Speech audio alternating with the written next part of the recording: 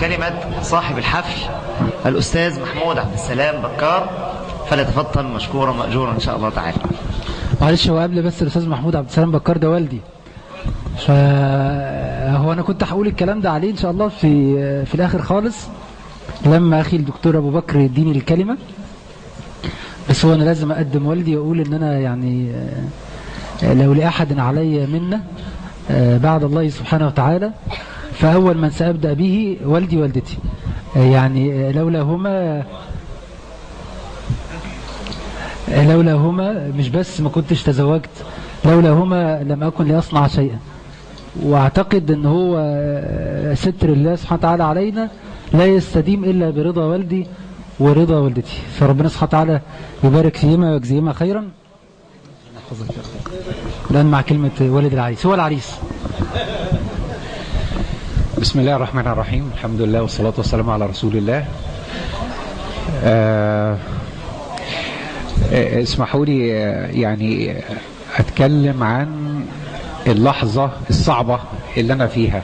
أولا بعد كلمة الشيخ ياسر والشيوخ الأجلاء في هذا الصرح، يصعب على أي إنسان أنه هو يتكلم في ميكروفون، مع أني أنا محسوب على أصحاب اللغة العربية يعني، إنما دي تعتبر يعني لحظة صعبة جدا وعسيرة. وفي جانب تاني للصعوبة، إن نادر ابني، مش بس ابني، نادر ابني وأخويا وصديقي وحبيبي جدا، وما بطيقش ان انا افرقه، لكن دي سنة الحياة طبعا، دي سنة الحياة، واتمنى له كل سعادة. والحمد لله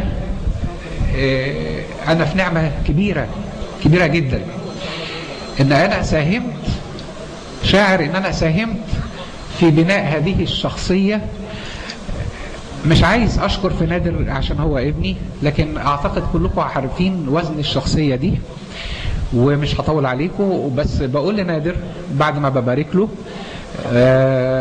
أوصيك خيرا في زوجتك، والزواج اعتبروا أجازة الزواج دي استراحة محارب، وأنت إنسان قدر الله لك أن تكون لك رسالة، فلا تتأخر عن أداء رسالتك.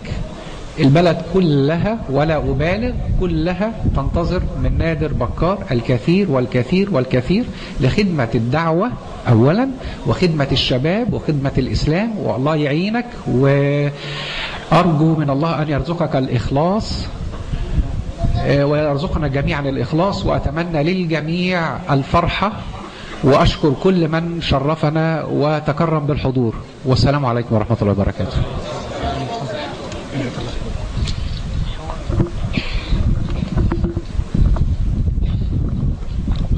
بس هي مش هتبقى استراحة، دي إن شاء الله بقى حرب برضه.